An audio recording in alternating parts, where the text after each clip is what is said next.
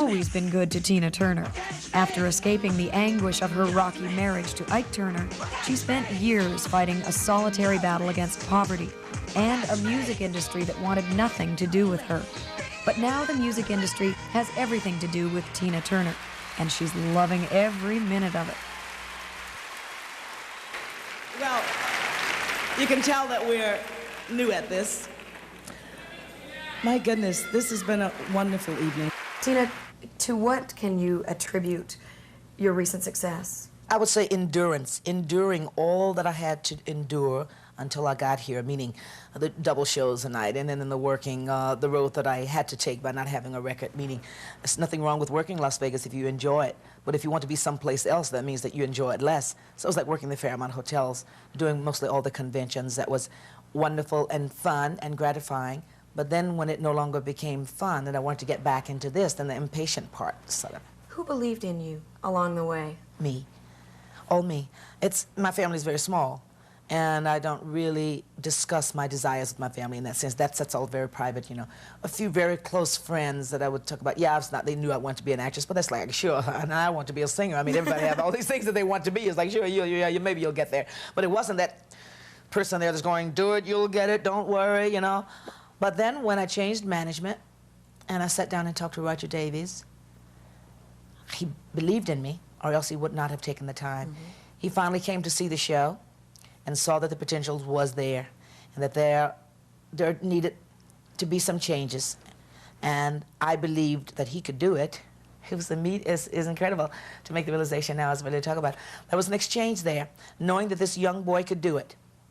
And he knew you could do it. And he knew I could do it. And we both wanted the same thing. You had been ostracized by the record industry because of some mistakes that Ike made along the way. Do you harbor any resentment now that success is there in front of you? Are you bitter at all? Not at all. I was not. When I left 10 years ago, it was really, I wasn't bitter. I just figured I'd finished it, and all was done, and all was fine. Do you know who your real friends are now? You've been up, down, and up. They were all there. I mean, I can't say the people in the industry now because you can't, that's very hard to get someone as a friend in the industry. It's business. And they're saying, well, who's the producer and where does she want to go? I mean, that's not, I cannot say that they all put me down. I'll say they didn't know where to put me. They all said to Roger, she's great, we all know that, but what can we do with her? So I did not really get involved with people saying, oh, shush, maybe Roger did and he didn't tell me. But I just sort of felt like I was this entity that no one knew where to put me. And then finally someone said, well, I'll take her and find out where she goes. A director took this entity and cast her opposite Mel Gibson. Strangely enough, her character in the third Mad Max movie is named Anti-Entity. So much for history. Anyway, water? Fruit?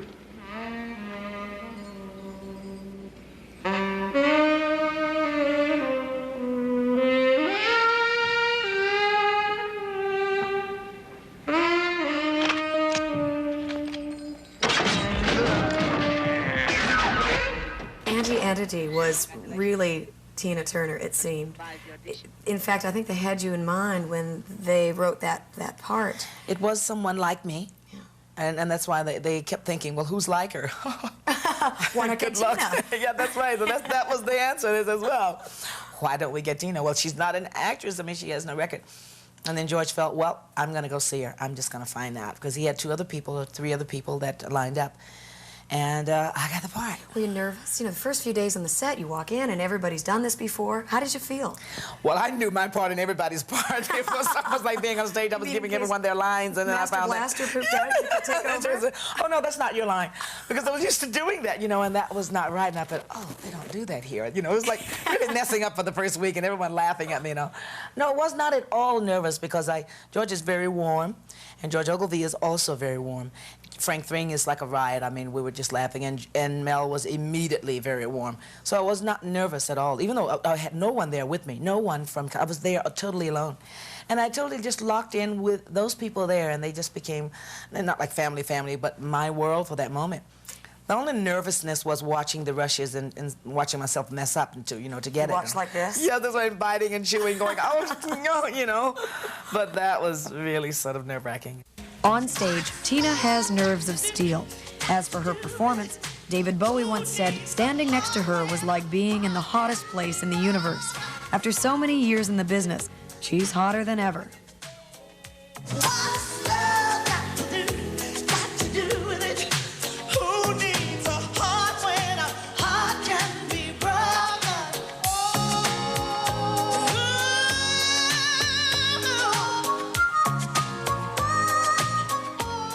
Turner is performing in Canada this summer, and in fact, she has a close connection to one of this country's superstars. What is this association that you have with one of our boys, Bryan Adams? First, it came from his music. When I was working with in-house producer John Cotter, just before I did this album here, John was directly connected with Bryan, and Bryan had sent some material. And I liked what he was doing. I liked a lot of the stuff he was doing. But I still hadn't gotten exactly what I wanted to do with him. So we passed on some of the things that he had sent. And when I came to Canada, Bryan came backstage and he said, he was like a young boy. He says, I handed you this tape. He said, I was really very nervous. I was sick that night or something, and I wasn't in a really good mood, so I didn't remember. But later when I went back, he was there again. And he said, here, see if Tina likes this, and we can do a duet on it.